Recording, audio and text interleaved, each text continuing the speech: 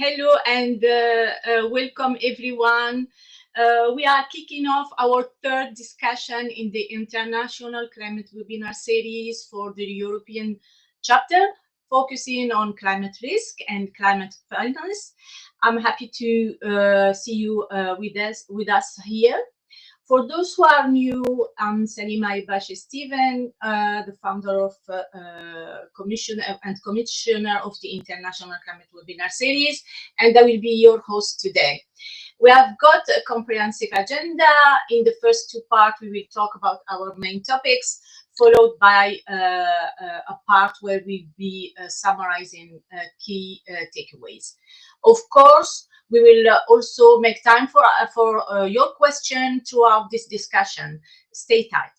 This time around, our guest experts are going to shine a spotlight on some critical areas, specifically water economic adaptation in the Mediterranean, energy transition in Southern Europe, including hydrogen, and climate solution investment and startup, including technology like carbon capture storage.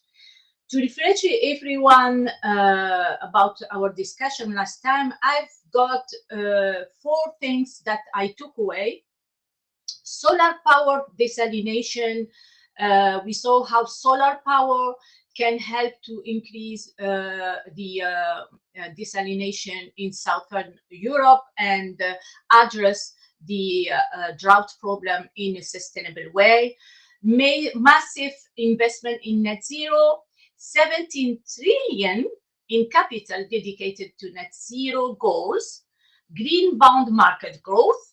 The green bond market reached a milestone with 5 trillion in cumulative issuance, with Europe leading the way. Mediterranean South is still in need of support in helping international funding reach the right countries. Now, I'm thrilled to introduce our amazing guests and panelists. First up, we have Frédéric de Dinichin. Frédéric is the Senior Policy Advisor at the Union for Mediterranean and brings a wealth of experience in international development and finance. He has worked at the World Bank and he as well worked in private sector and French government. Thank you for coming back, Frédéric, to continue this discussion today. And we also have Leon Steele, an energy and policy expert, PhD candidate, and business leader. Leon has over 15 years of experience in global energy transition, teaching, and sustainable technology. Thomas Oninsak is a senior energy consultant at the Netherlands Enterprise Agency. He previously chaired the IEA Solar Heating and Cooling Program. He focuses on energy diplomacy, capacity building, and international hydrogen initiatives. We are so lucky to have them with us today.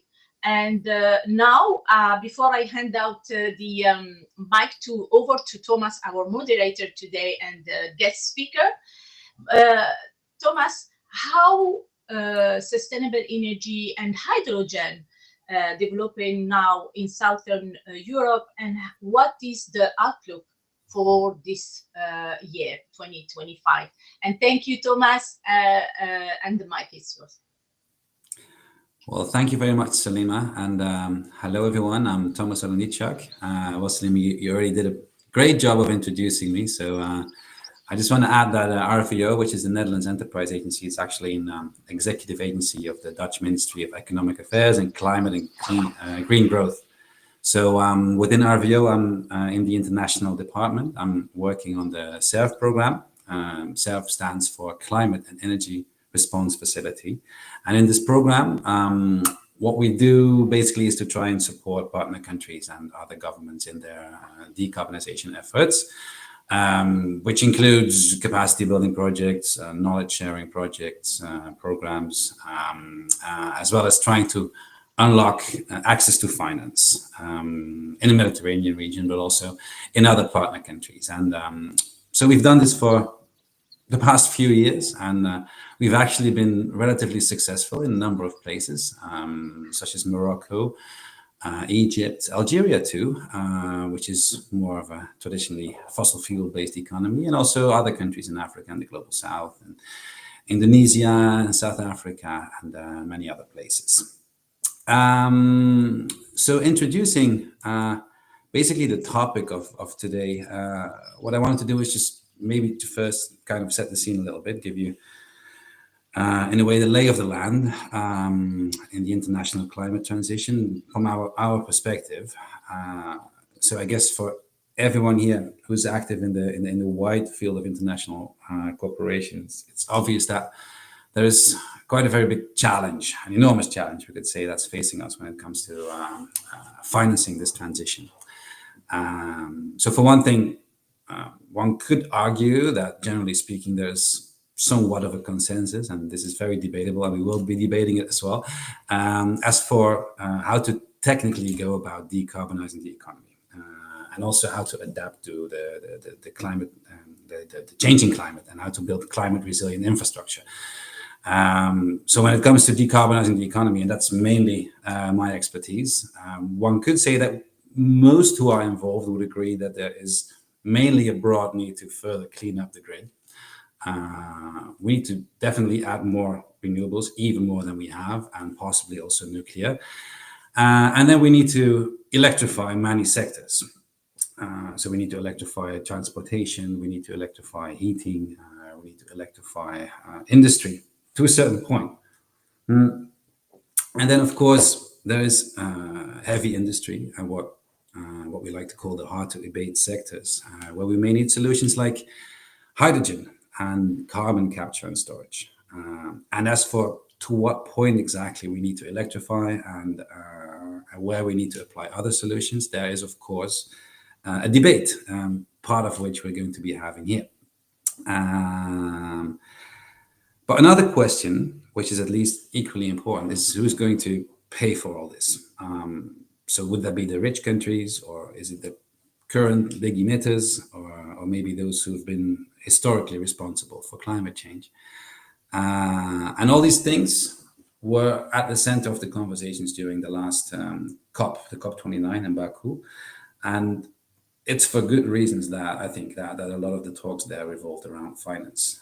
We've been, as an organization, quite engaged in the preparation of this year's COP, mainly the involvement of the Dutch delegations, political delegations, because it really ties into our work that we do at RVO as well. Because, like I said, we support Dutch businesses, and that is domestically and internationally. And within the SERF program, we try to support partner countries and governments in planning, reporting, NDCs and such. So we are quite involved in the whole COP process. And last September, we organized an event for Dutch companies that were interested to various degrees in opportunities at the COP. So we had a really good turnout, and it was nice to see such enthusiasm and participation, and also a real serious hope and expectation that this COP in Baku was going to be a serious event where differences will be made. And so, as I mentioned, a lot of the discussions revolved around finance, and that's not unique because the COPs have historically always been a platform for talks about basically responsibilities in terms of funding the climate transition. But this year it became, because it's such a prominent topic, that the media dubbed it the finance COP. And so the notion of the discussions, it often lies in who is historically responsible and how much money is needed to fix things, and then they come up with numbers that sometimes seem a little artificial. But now there is a mantra that goes, we need trillions, not billions. And in the global south, also in the Mediterranean region, but also many other regions, some regions that are very vulnerable to climate change. The figure that was floated this time around was about $1.3 trillion to build their own clean energy systems and infrastructure and to adapt to the future. So that wasn't ultimately agreed upon, but I'd still say that the COP29 in Baku set quite an ambitious goal, which is an amount of at least $300 billion annually for the climate transition. So, and that's a floor.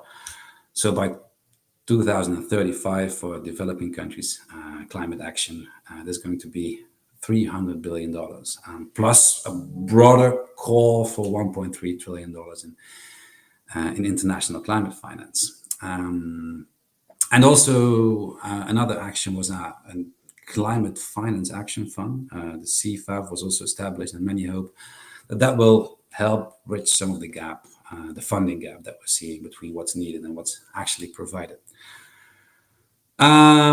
So a valid question would be, where's all this money going to come from, and how is it going to be allocated? And this is not an easy question because there are quite a lot of unresolved issues. So for one thing, that figure of 300 billion includes both climate mitigation and climate adaptation, but we don't know how much is going to each. And that matters because investors look at the risk profiles of these projects in very different ways. And then there is a question of what kind of money we're talking about. Are we talking about public money, or are we talking about private money, or some kind of combination? And also how that gets tracked and how it gets counted, and also the 300 billion also piles up money from one place to another. So transferring money, it piles that up with investments, but these are very much different things. So currently, it looks like a lot of the money that's needed is going to come from Europe. So European companies, European governments, of course, also from Japan, from Australia as well, not from the US. And Europe right now obviously has its own issues with decarbonization. So there's big fears of losing competitiveness and fears of deindustrialization, and processes and mechanisms that are deployed by the EU Commissioner and always as conducive to action, let's say. So we see that the focus is still very much on how to green Europe's own industries, either by electrification or by hydrogen, and to green our transportation and infrastructure and other sectors. And we're trying not to lose competitiveness and trying not to become completely dependent on foreign countries and foreign suppliers. So broadly speaking, the political will is there to meet the goals that are set in Baku. But even then, in fact, the 300 billion is probably not even enough if you count in everything that needs to be done. Whether it's reducing emissions or adapting to climate change, building the infrastructure of the future that's climate resilient.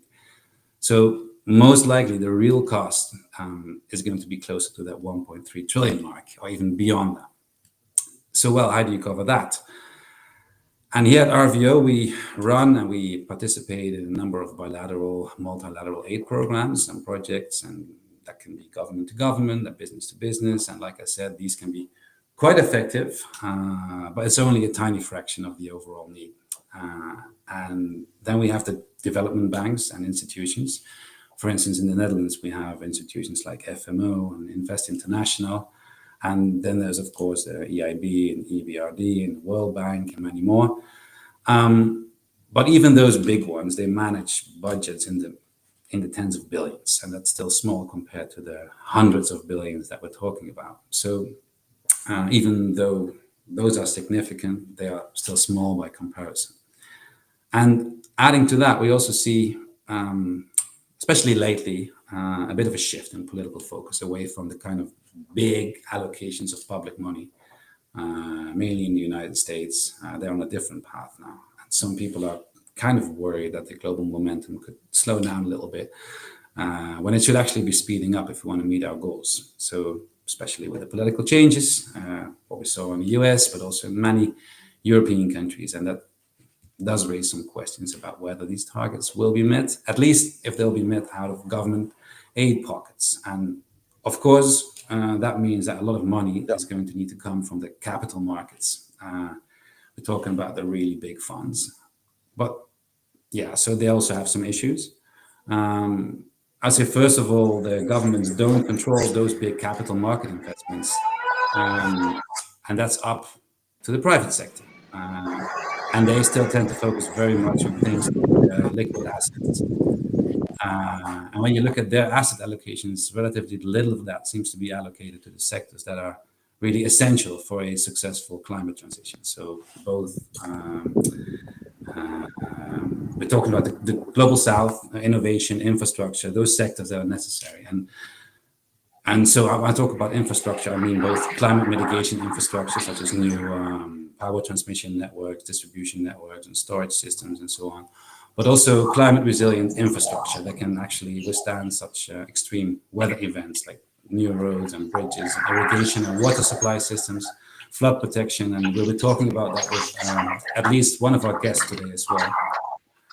And then there's this emerging tension between trade regimes and climate regimes. So as we know, those are not always aligned. Sometimes even it seems like they're getting less and less aligned. And we're seeing more trade barriers coming up. We're seeing tariffs being put in place. And those could really slow down the energy transition. So, for example, China has huge ability to produce solar panels. We all know that they produce most of the panels in the world. I think right now the capacity is about 2 terawatts of solar per year. And if we can manage to export and deploy that all over the world, we could transition really fast. But we are really witnessing this kind of global backlash against multilateralism of all kinds. And it may become more difficult in the next few years to take advantage of the scale up and innovation that's been taking place, mainly in China, and to move those solutions around the rest of the world. And what we're thinking is that maybe solutions to that could be to cooperate in smaller groups. And that could also be one of the topics for today's discussion, if we find the time for it. So that brings me to the first topic of today's webinar, which is about climate resilient infrastructure project.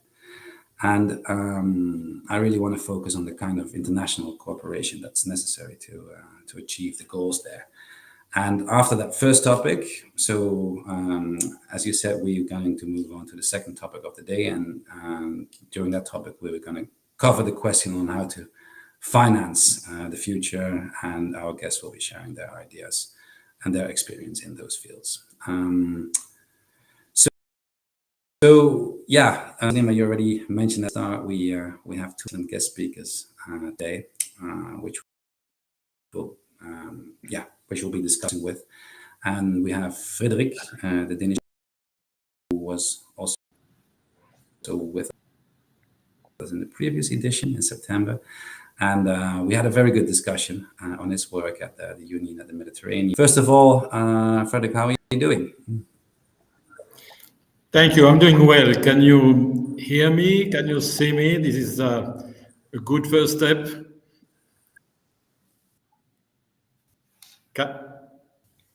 Can you hear? Can you see? Okay.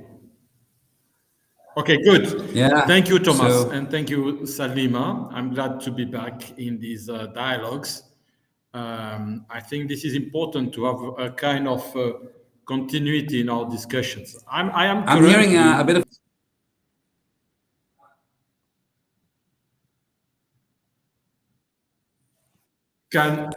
strategies that you still Leon, can you hear me well? I can hear you. Okay, and there is no echo, or I'm not. It's okay. A little bit. For me, it's okay. Okay. So let me continue. I'm currently in Fez, Morocco, and I'm participating in a young entrepreneurship program that the Union for the Mediterranean is organizing with 30 young potential entrepreneurs from the region. So meaning the Mediterranean region. And I think that's quite interesting, because this is about raising private money for projects, and not projects, but businesses around water, energy, food ecosystem, which is extremely important for adaptation, especially adaptation at the local level. And I think you started, Thomas, with big figures which are needed. Now we have to go into the details, because big figures are actually the sum of small figures. And talking about water, I mean, you need small rivers to make a big river. So, and I want to send a message of hope. It's quite amazing to see that when you give opportunities to young professionals, how creative they can be, and how innovative their solutions, their business solutions can be. And I think this is the proof that we can, even in the current geopolitical circumstances, we can leverage ideas and leverage the private sector, which is highly needed to complement very scarce public resources. So I'm senior policy advisor at the Union for the Mediterranean in the Water, Environment and Blue Economy division. In the past, I used to be with the World Bank and the Council of Europe Development Bank, working on development projects on the other side, I may say. And I think that's quite interesting to see what the UFM, the Union for the Mediterranean, can do in respect to the challenges we have today. And I think that's extremely important to understand that it's a combination of political will, cooperation, and also concrete projects which have to be financed. And in the next segment, in my second intervention, I will go into three specific financial mechanisms that the UFM is not offering, but is catalyzing, because we are a political animal. We are a regional platform to promote dialogue and promote peace, security, prosperity in the region. This is a real challenge, but the UFM is the only intergovernmental agency working in the Med region at these three levels, which is the political level, the regional and cooperation level, and then at the project level. For those who do not know the Union for the Mediterranean, in a nutshell, quickly, I mean, we have 43 member states, including 27 EU countries, plus 16 countries from the Med region. All the countries are equal members, and this is extremely important because it means that when they get together, because the Union for the Mediterranean is a club where they get together, they can talk about common issues in the Med region, and then this helps creating a dialogue, and this dialogue should lead to action. And I think since in my second intervention, I will go more into the financial part and what kind of mechanisms we can promote. Here, I would like to say that, and I would like to insist on the fact that cooperation is essential. And cooperation is more than words. In our case, we have a 3P approach, and I already mentioned that last time, but I will go into more details this time. The first P is the political approach. We have every 5 years, the ministers for each sector getting together, the 43 ministers, and then they issue a declaration. This is our roadmap. This is the political dimension. And I think, and having worked at the World Bank, I can tell you that this is good to bring the money. But if there is no political will behind the projects, whether they are transboundary or whether they are talking about water, or whether they are local or whether they are national, regional, if there is no political will to work together, you can finance amazing infrastructure, but soon you realize that it doesn't really bring the impact that we are looking for. So I think that what is important is then to move to the second level after the political level. We have every year the number 2 of each minister getting together, and I think that's important. Why? Because when they get together, they put into action the political guidance of the ministers. But more importantly, in these platforms, we bring civil society and a wide range of stakeholders. This is extremely important, and especially in the Mediterranean region, and especially when you talk about climate adaptation, because this is about 70% is about local actions. And this requires all players to be together.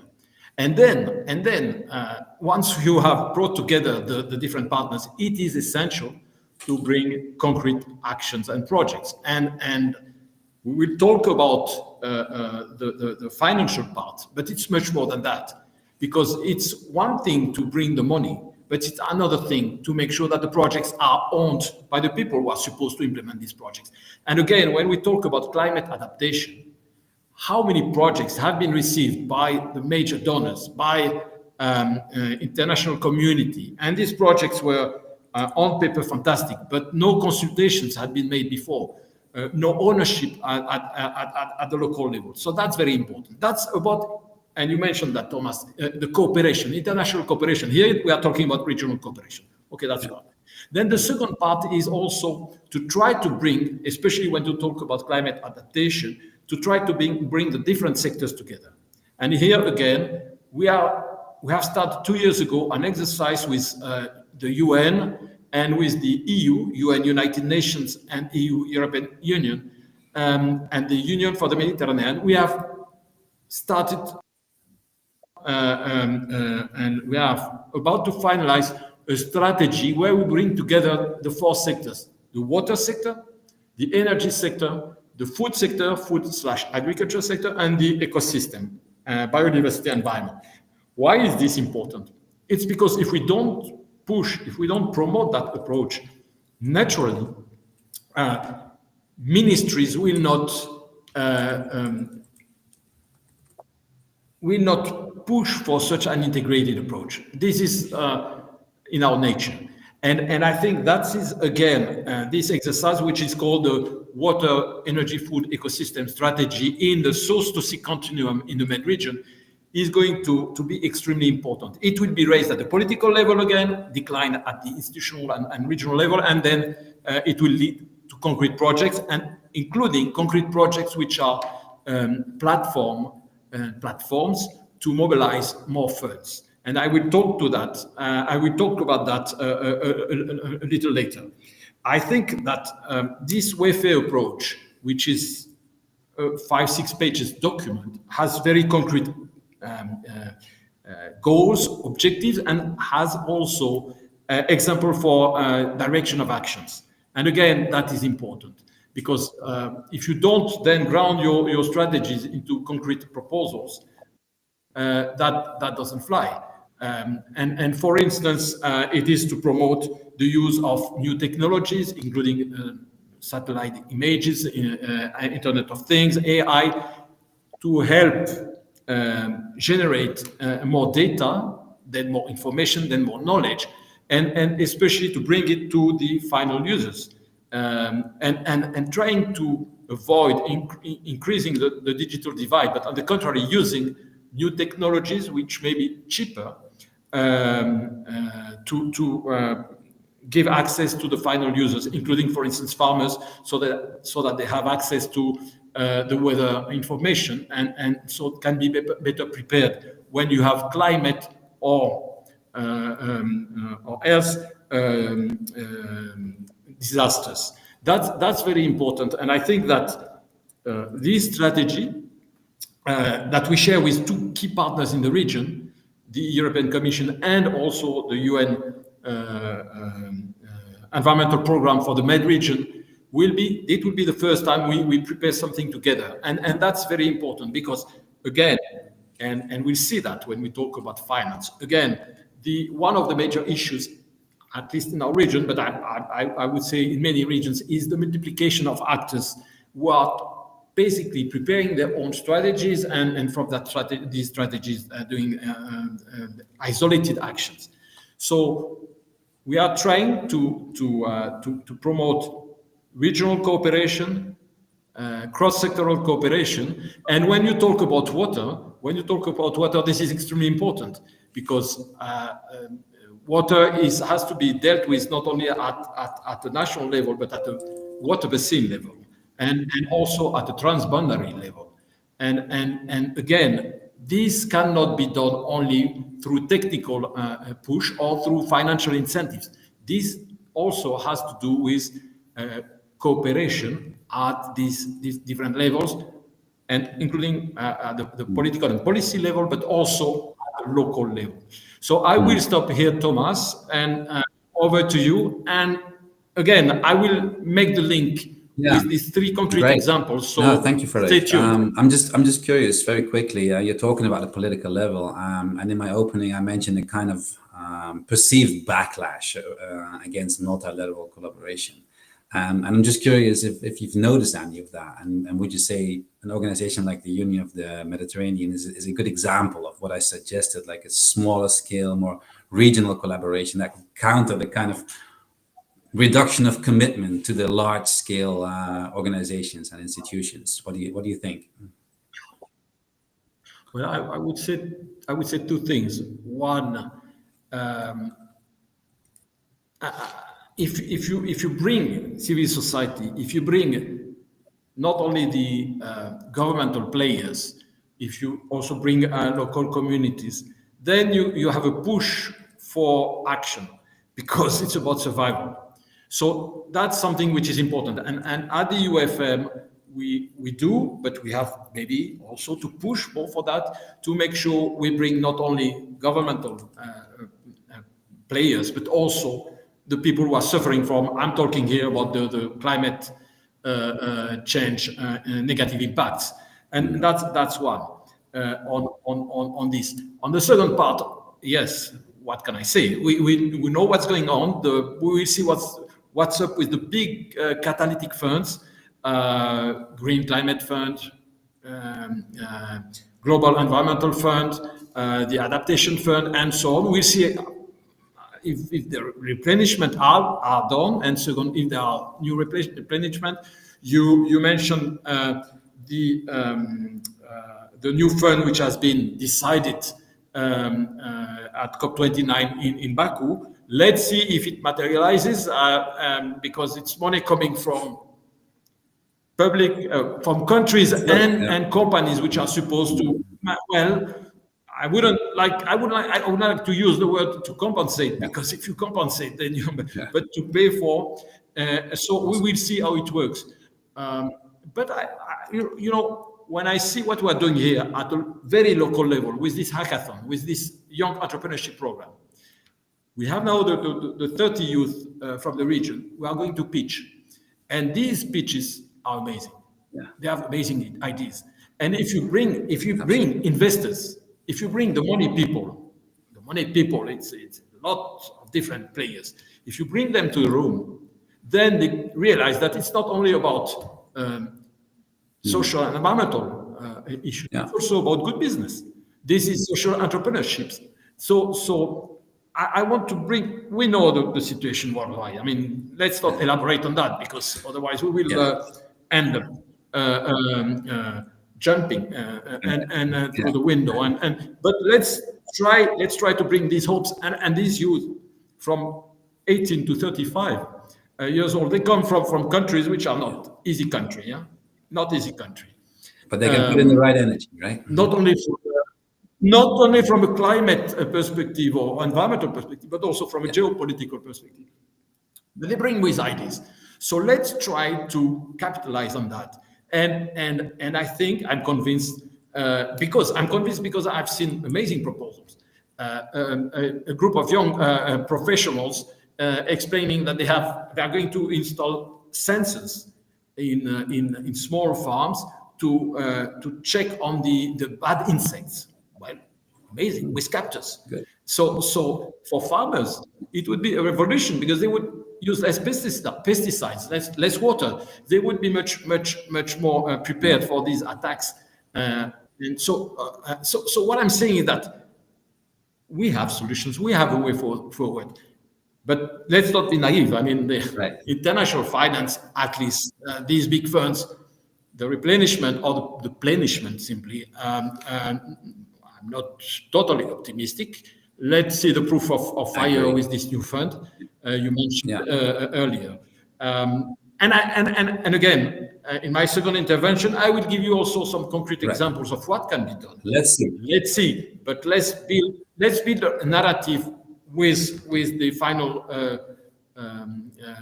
not beneficiary, but the final the local communities and local people who are definitely suffering those from local needs. climate Yeah, change. you're right. Excellent, Frederick. Okay, that's very helpful background, and let's pause there for a second. And I want to invite some thoughts from Leon Stiller, who is next guest, and he's as Slima mentioned, the director of business development, co-owner at Hoview. Should I say Hoview? Hoview, yeah. Hoview, good. An innovative scale-up company within the carbon capture and storage and utilization space. And you're also the manager, Leon, of education and partnership at Impact Hydrogen. So that's a very interesting combination, I think, because we're talking about technologies that sometimes fill, let's say, competing niches in the decarbonization of industry. So I'm kind of curious. I would like to say they're complementing, not competing. Complementing, yeah, or both. Complementing and competing. So, from your perspective, so that's a nice segue, because I'm curious, what would be the best path for the European heavy industry to cut the emissions? Would that be electrifying or focusing on retrofitting existing processes with CCSU, or maybe shifting to hydrogen-based solutions, or would it be maybe a mix of all those? And I'm guessing you're going to say mix. Actually, it's a very interesting question, and they are in any heavy industry processes. You have to really think. You have to look at the process themselves. I mean, in general, for the energy transition, but also for the transition of heavy industry or any industry, electrification is going to be the tip of the spear. So that is actually not the answer maybe you were looking for, but most of the industry will at some point need to switch to a form of to use much more electricity than they are using now. Because most heavy industry, what they use is either a chemical as an input, so they need some kind of chemical, like for example, they need methane, but they need to crack the methane into CO2 and into hydrogen, because they need the hydrogen to use to make syngas and to make some other chemical. Now that production path towards that other chemical, you still require these molecules. So it makes sense that if that molecule indeed involves hydrogen, that you're then going to make that hydrogen green and not gray as we have it now. But for most other industries, actually, it's quite difficult to. You either only have two choices. You can go towards the electrification pathway, which is possible, but then that requires usually a lot of electricity and a significant investment in all kinds of different processes that industry is not used to. And otherwise, you have to do something else, which could be carbon capture and storage. So if I then have to answer that question, the thing is, it is not only an economic, if it's not only a climate or economic or even a technical issue to make a choice. It depends on how old is the factory.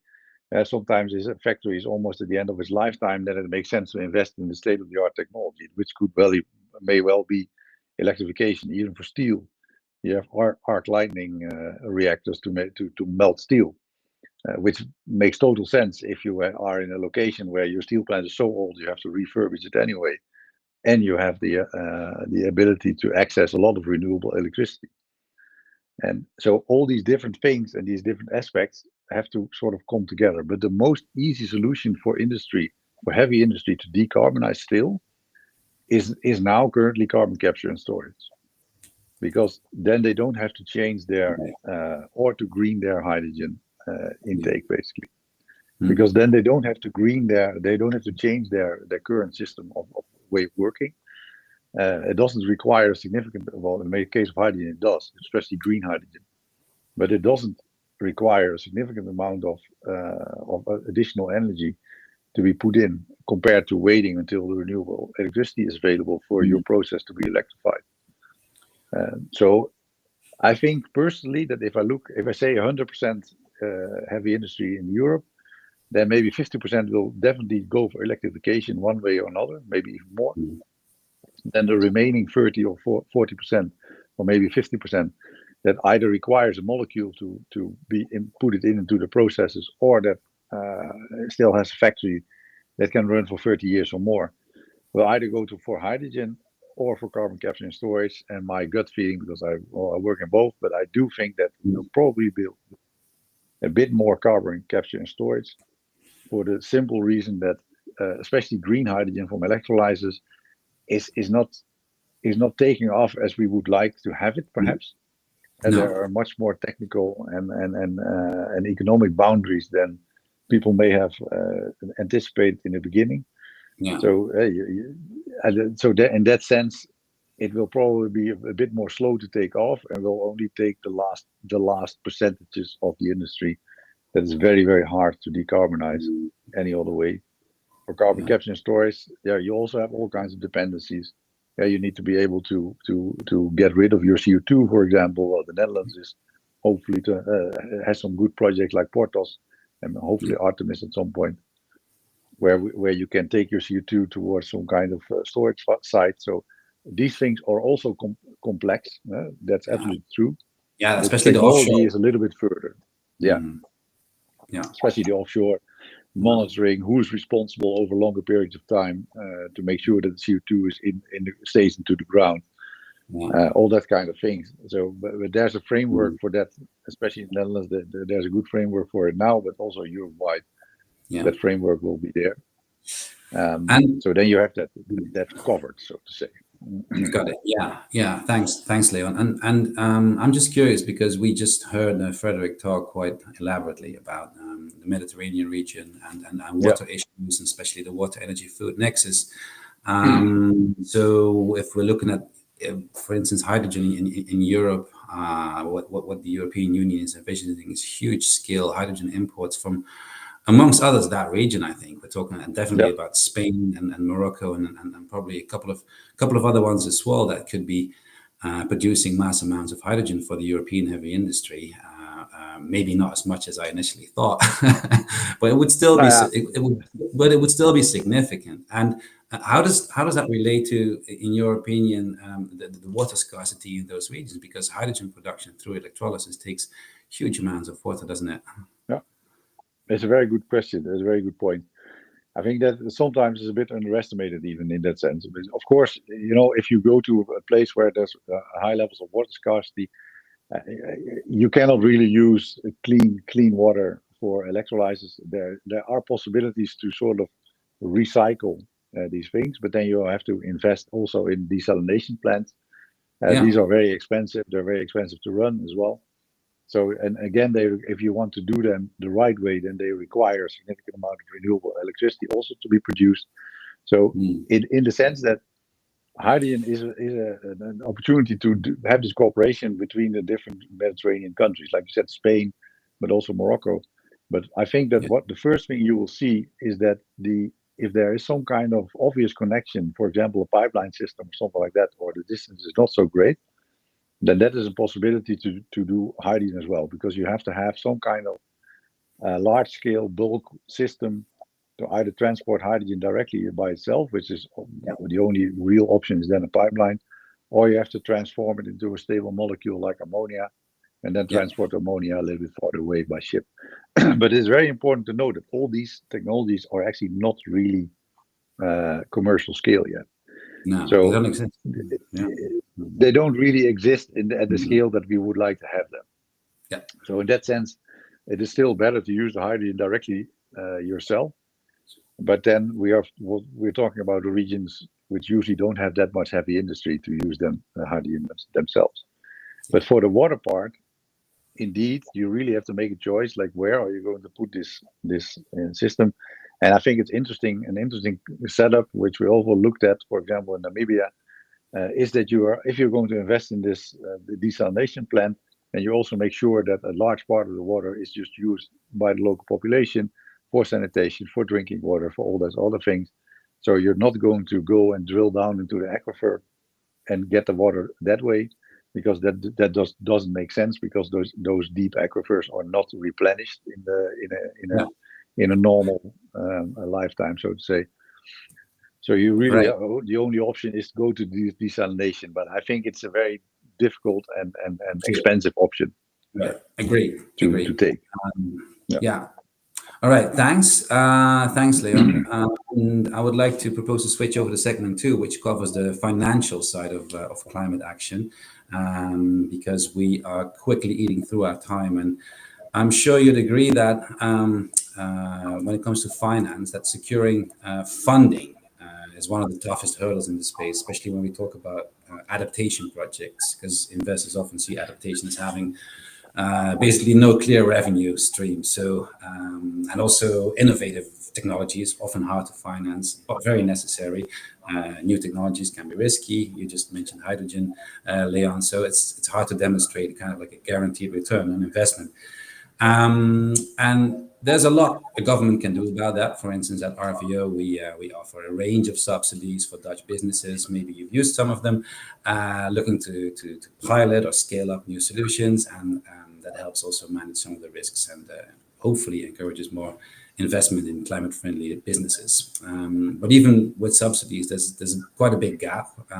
Once we start talking about projects, especially in emerging markets, around adaptation and around building up infrastructure, and also projects in innovative technologies. So how do we tackle that? I would like to discuss that. And Leon, I was just discussing hydrogen and CCS with you. So just one question, but maybe let's keep it a bit shorter than the previous one, because we don't have that much time. But I'm curious. It seems that a lot of those promising hydrogen and CCS projects in practice never really make it past the pilot stage and into FID.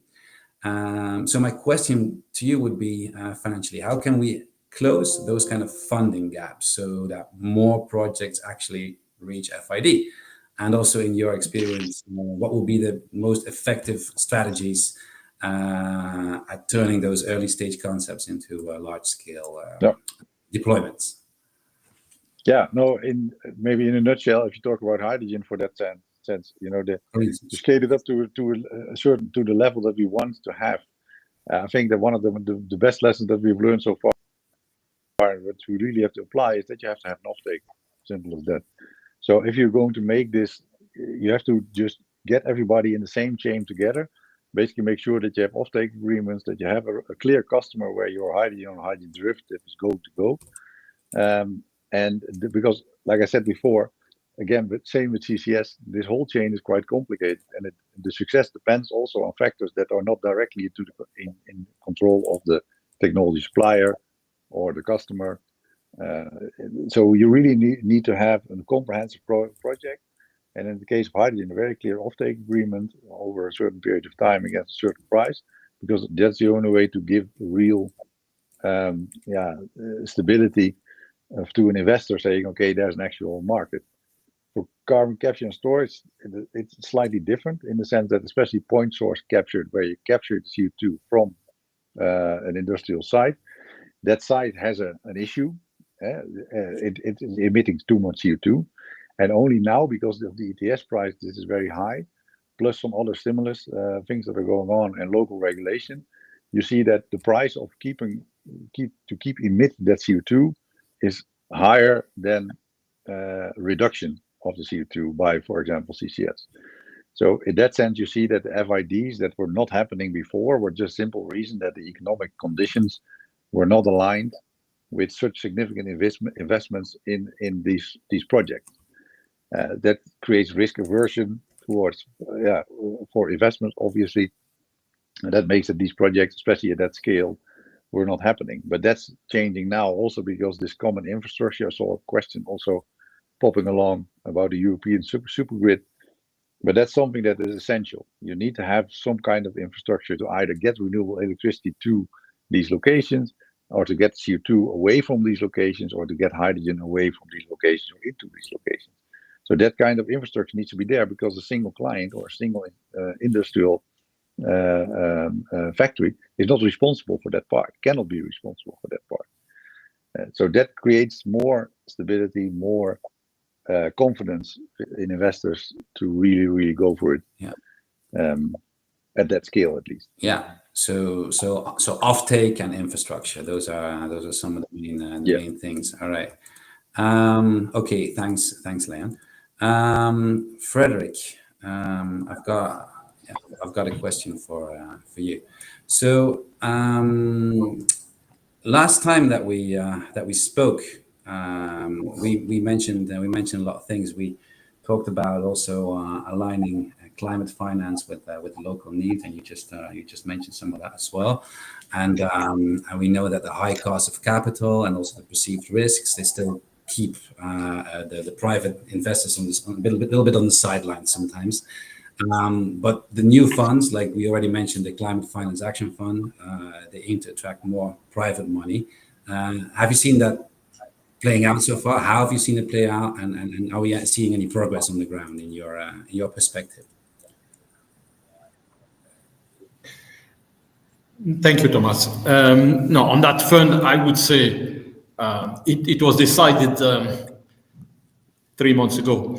Nevertheless, I would like to talk about two other major funds: the GCF, the Green Climate Fund, and the EFSD Plus, which is the European Fund for Sustainable Development, the new version with guarantees. And why? The UFM is not a financial institution, let's be clear. But the UFM can help catalyze these kind of funds. And I will give you two very concrete examples, because I think that helps in the Mediterranean region. Regarding the GCF, we have noticed that the region benefits less than the other regions from the GCF. Not in absolute terms, of course, in relative terms. And we ask ourselves, what's the matter? Why? And we an issue with the fact that the funds are not available. They are available. But the issue is on the other side, the demand side. We realized, and it was quite interesting, because we have in our regional platforms, we have all our partners together. So we can talk to our partners. And we ask them, what's up? You have a national designated authority to take care of that? Why? And the answer is very straightforward. It is these funds are too complex. We don't know how to use them. And when we apply, I mean, we don't speak the language that should be used by the GCF. It's nobody's fault. That's not the point. The point is that we have to find a solution. So we discuss with them, and maybe that's why a non-financial institution can become a catalyzer. You know, a catalyzer in chemistry is a small element, but it has a huge impact. So that's what we can do. And so the diagnostic was made because we had access to this feedback from our member states, and not only at the governmental level, but also at the operation level. And then we said, okay, look, we're going to organize a training which will be led by our member countries, and we will invite GCF people. And we'll do it in June in Cairo with the Arab Water Council, which is a network of countries. We'll invite also other networks, and we'll invite, more importantly, people who are preparing proposals. Because this is not for high-level officials, or this is not for people who are moving from a place to another and are not the ones who are doing the preparing the proposal. So what I'm saying here is that the example of the GCF shows that the GCF is it's one of the biggest catalytic climate fund to bring private money, to bring also other financial institutions on board. So this is really big money. Yeah? So that has a huge impact. So I think that what we have to do, we have to work together and create these platforms where you bring together the finances, whether they are catalytic funds, whether they are MDBs, multilateral development banks, whether they are private sector. You bring also the beneficiaries, and you bring also the people who are in charge of connecting the two, the money with the final beneficiaries. And I think this is exactly what we should do. And then I will take another example, the case of the European Fund for Sustainable Development. We are now doing a study with the EU, which is to see how we can leverage that fund to mobilize more financing, more funding for water, energy, food ecosystem projects. Okay. But what is extremely interesting is that we realized, again, by interviewing our member states and our stakeholders, that there is an issue with all these projects is to demonstrate the bankability. What does this mean? Well, it's to do a good economic analysis and financial analysis, and to bring into the economic analysis the positive externalities brought by good environmental practices. Well, it's nicely said, but concretely, can we do that? It's not that easy. And we worked with several countries, also countries from the northern part of the Med region, and we realized that you have governmental institutions working with universities, with economists, to try to do good economic and financial analysis. This is extremely important, because then you can present much stronger, better projects to the development banks, which are benefiting actually from the European Fund for Sustainable Development, so from guarantees especially. So what I'm saying here is that, again, what the UFM will do, because we think there is a gap, we will bring all the players around the table, and we will train the people who are doing, actually, who are preparing the proposals. We'll train them at two levels. First, to do good project concept documents, which is really identifying the problem and bringing the right solution. And then the second step, which is to do good project appraisal documents, which is slightly different, because then you need much more assessments, economic, environmental, financial, and so on. So what I'm saying here is that with the fund, the Climate Finance Action Fund you mentioned, Thomas, I think that could be lessons learned. I think there is still time, because the fund is very recent. But there is, and again, there are mechanisms whereby you can help through platforms leveraging better these funds. Do I have 2 minutes, or it's? Yes, you do, absolutely, by all means. Okay. And here I told you I would talk about 3 instruments. So GCF 1, EFSD plus 2. So I committed for a third one, and I will briefly talk about another platform or partnership that the UFM has promoted. It started at the COP27 in Sharm el-Sheikh. We discussed it a little last time. It's called the Blue Med Partnership. It is a partnership where you bring at the table both the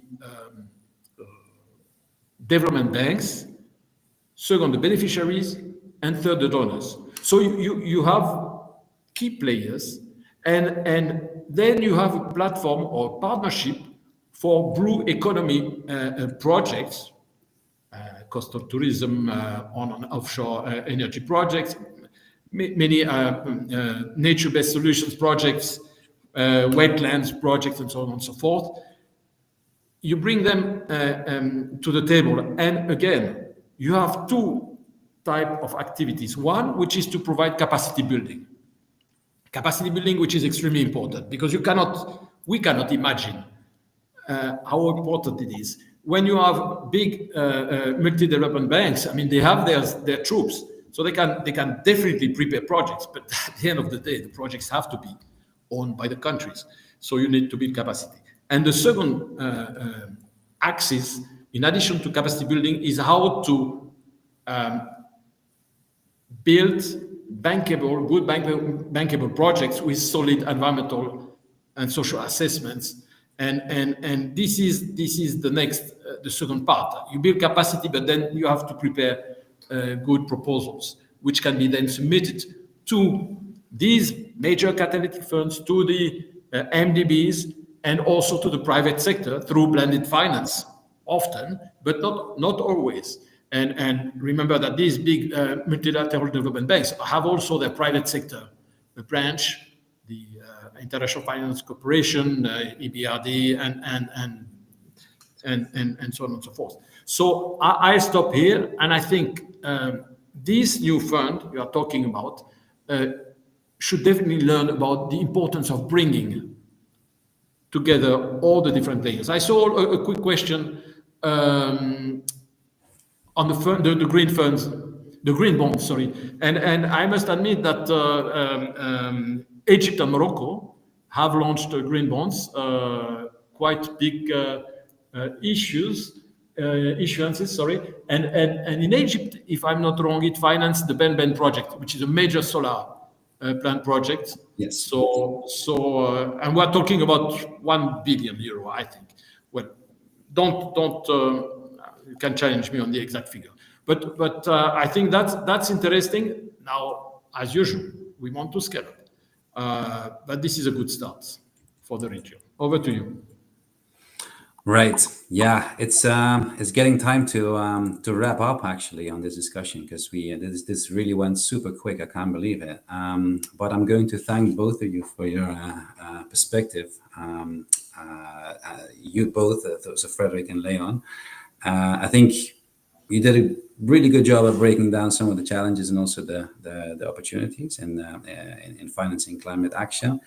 We were talking about political will, community involvement, also technical things. We've heard about the importance of infrastructure and also robust offtake agreements, how those things play a role in making these projects viable. So I think, at least from my perspective, it's clear that funding is definitely a major issue. It's just one piece of the puzzle, really.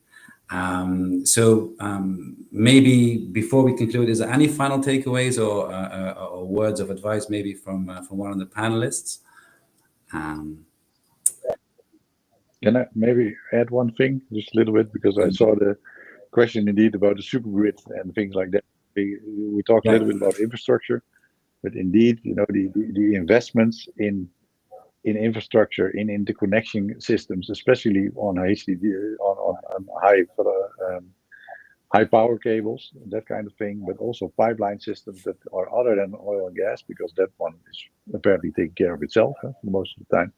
But for other things like we need for hydrogen or CO2, but especially these power lines, if we really want to connect the whole Mediterranean region to from the south to the north, and those are the things that we require. And of course, we need to protect them a little bit better maybe than before, because of all the things that we have in the world at the moment. But that's something we really need to do, because otherwise our dependencies are too far away to other places as well. And so why not, you know, make use of our backyard more or less, and really cooperate in that sense. Very good point, and it's a very good point to close with. Very much appreciated, both of you, and that would wrap up the discussion from my part. And I would say back over to you, Sam. Thank you. We reached now the end of our discussion, but I want, before we leave all, to ask our amazing guests, Leon, Frederick, Thomas, try to go back to the question and try to address some of the question in details to our attendees that I kindly thank for being with us and sharing their thoughts today. Obviously, we are going to continue our discussion. This is our means here in ICWS to continue this meaningful conversation. And guess what? The next, we are thrilled to announce the next discussion will be on September 4th, and we will be happy to welcome a follow-up discussion with Maya Henneke from EBRD, Director of Green Finance System. I invite everyone to go and register or contact us to join our ICWS community to be up to date with all our discussion here, focusing on Europe, Africa, and North America. Please don't hesitate to follow us and join our next discussion. Thank you so much for your time, Frederick, Leon, Thomas. We will keep in touch and continue our discussion. Now, from all of us, have a great day, week, and stay healthy, and see you next time. Bye. Thank you, Salima. Thank you very much.